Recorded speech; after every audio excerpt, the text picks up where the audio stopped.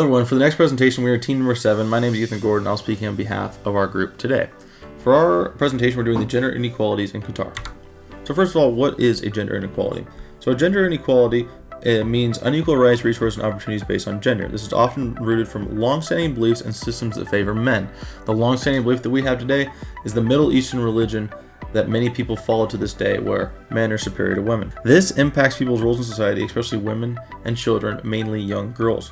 This is reinforced by gender bias and discrimination across one's nation. So, next we're going to go about Qatar and why it's surprising that Qatar has so much gender discrimination in this up-and-coming first world country. So Qatar is a resource-rich country in Asia, through which become very wealthy over their oil and natural gas.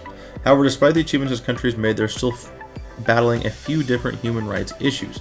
Main one today we're going to talk about is gender discrimination. When someone thinks about a first world country such as the USA, places like Australia, the UK, something like that, they think of a more even workforce, even world gender-wise, and they expect women to have many rights. But right now this is not the case in Qatar and needs help rather quickly. Now we're going to talk about the gender discrimination in Qatar. So Qatar is very wealthy and modern, like we said before, but still struggles with many human rights issues. The major issue we're talking about today is gender discrimination, especially against young women. Women face legal and cultural restrictions limiting freedom and independence. Despite progress, change is very, very slow and limited. So let's get some examples of discrimination. So for our first example today, we're going to take this picture right here. We have the guy that's walking around in, he's showing his head, his neck, his arms, hands, everything, when women can only show the front of their face and their hands. We even saw some other pictures during our research that showed some guys wearing shorts and even flip-flops or sandal-like things when women have to be completely wrapped up and are not allowed to have freedom of clothing choice.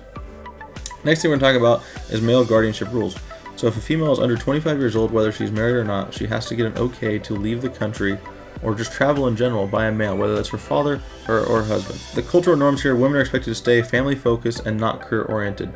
So this is changing slightly and slowly, but still to this day, many women are expected to stay home and take care of the children while the men go out and work. Another thing that is very tough for women in this society is when they have children, they have no say over what the children get to do for school-wise, sports-wise. They don't get access to their passports or birth certificates without the male saying, yes, my wife or the mother of my children can have that. Lastly, if a woman breaks any of the traditional norms that are expected of her, she might get sent to a psychiatric ward for disobedience, and that may be for many years. So for our last picture here, we have different examples on what the workforce looks like across many different countries in the Middle East.